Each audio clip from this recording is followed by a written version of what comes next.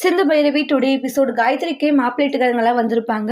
காயத்ரியை ஃபர்ஸ்ட் கூட்டிட்டு வர சொல்றாங்க. அக்கா இது நடந்துருமாக்கா இந்த கல்யாணம் அப்படின்றாங்க. டே நடக்காது, ஏன்னா முன்னாடியே நான் வந்து மாப்பிள்ளையுடைய அப்பா கிட்டேயும் ஆமா கிட்டேயும் பேசிட்டேன், நான் உள்ளதுமே சொல்லிட்டேன். சூப்பர்க்கா, நீ இருக்கிற வரைக்கும் இந்த கல்யாணம் நடக்குமா என்ன?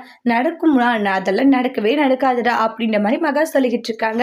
அதுக்கப்புறமா பார்த்தீங்கன்னா நீங்க ஃபர்ஸ்ட் பொண்ணு கூட்டிட்டு வாங்க, அதுக்கப்புறம் டீ காஃபி பார்த்துக்கலாம். சரி ஓகேன்றாங்க. காயத்ரி மாப்பிள்ளை உண்மையிலேயே ரொம்ப அழகா இருக்காங்க, உனக்கு ஏற்ற மாதிரி இருக்காங்க, உண்மையுமே உங்களுக்கு ரொம்ப பிடிக்க போகுது வா அப்படின்ட்டு பைரவியை சிந்து கூட்டிட்டு வராங்க.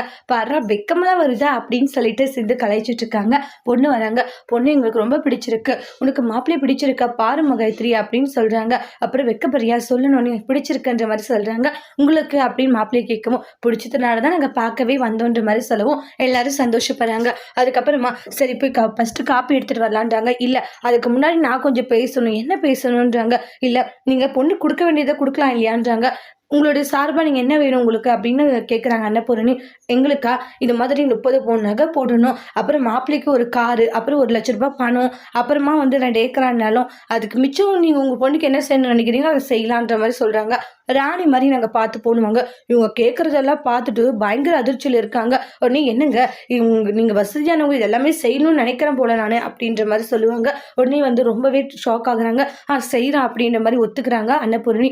பயங்கர அதிர்ச்சி மகா. ஓகே எனக்கா இது? டே அவன் நம்ம நடு தெருவில் நிற்க வச்சிருவா போலடா, ஃபர்ஸ்ட் நம்ம போய் பேசி ஆகணும், இல்லைன்னு வச்சுக்கோங்க நம்ம நடுத்தெருவுக்கு வந்துடுவோம் அப்படின்ற மாதிரி மகா சொல்றாங்க. என்ன சொல்றீங்க? ஆமா இதெல்லாம் நான் சரி சந்தோஷம், சரி போய் நீ காஃபி எடுத்துட்டு வா சிந்து அப்படின்றாங்க. சிந்து எடுத்துட்டு வருவாங்க. அப்ப காயத்ரி கை நீட்டுறாங்க, கொடுக்காதீங்கட்டு. என்னாச்சு காயத்ரி? அம்மா எனக்கு இந்த கல்யாணம் வேண்டான்றாங்க. இப்படி இது பண்ணி நான் கல்யாணம் பண்ணிக்கிறேமா? தேவையில்லை. ஏமா வாய் பேசாத பொண்ணை கல்யாணம் பண்ணிக்கலான்னு பார்த்தா இப்படி பண்றீங்க, இங்க பாருங்க எனக்கு கல்யாணம் வேண்டான்னு பிரச்சனை பண்றாங்க. அதுக்கு பைரவி நல்ல ஒரு பையனை பார்த்து நாங்க கல்யாணம் பண்றோம், இப்படி இப்பவே வந்து குறை சொல்லி பேசுறீங்க அவளுடைய குறைய, இன்னும் நீங்க கல்யாணத்துக்கு அப்புறம் என்னென்ன பேசுவீங்க, தயவு செஞ்சு கிளம்புங்க அப்படின்ட்டு அந்த இடத்துல பயங்கரமா திட்டி மாப்பிள்ளைட்டுக்காரங்களை அசிங்கப்படுத்தி அனுப்பிச்சிடுறாங்க. காயத்ரி ஃபீல் பண்ணி அவங்களுடைய அம்மா கட்டி பிடிச்சி அழுகுறாங்க. இங்க பாரு உன்ன மாதிரி ஒரு பொண்ணை மிஸ் பண்ணிட்டேன்னு அவங்க கவலைப்படணும், நீ கவலைப்படாது காயத்ரிட்டு பைரவி சொல்லிட்டு இருக்காங்க. உனக்கு ஒரு நல்ல பையனை பார்க்குறேன், நானே கல்யாணம் பண்ணி வைக்கிறேன்னு சொல்றாங்க. ஆறுமுகத்துக்கிட்ட சாஞ்சிட்டு அழுகுறாங்க. டேய் அவளே அழுதுட்டு இருக்கா, நீ அழுகுறியா? அதெல்லாம் பைரவி சொன்ன மாதிரி மேட்ரிமோன்ல பார்த்து நம்ம கல்யாணம் பண்ணலாம், கவலைப்பட வேண்டான்றாங்க. மகா இருந்துட்டு அப்பா நம்ம நினைச்சு நடந்துருச்சுன்னு சந்தோஷப்பட்டுக்கிட்டு இருக்காங்க. இங்க வந்து சமையல் நீ கொஞ்சம் டிஃப்ரெண்டா இருக்குல்ல ஸ்னேகா? ஆமா. அப்புறமா விசாரிக்கிறாங்க, சாப்பாடு யாராச்சும் புதுசா பண்ணாங்களா? இல்ல சாருடைய ஒய்ஃப் சிந்து மேடம் தான் எடுத்துட்டு வந்து கொடுத்தாங்கன்றாங்க. பயங்கர ஷாக் ஆகுறாங்க. பாத்தியா சிவா, அவ எடுத்துட்டு வந்து கொடுத்தாலும் வீட்டில் யாரும் சொல்லலையா? இல்ல சொல்லவே இல்லையா அப்படின்றாங்க. சிந்து இருந்துட்டு டாக்டரே அப்படின்றாங்க, சாப்பாடு நல்லா இருக்கா, உனக்காக நான் எடுத்துட்டு வந்தேன்றாங்க.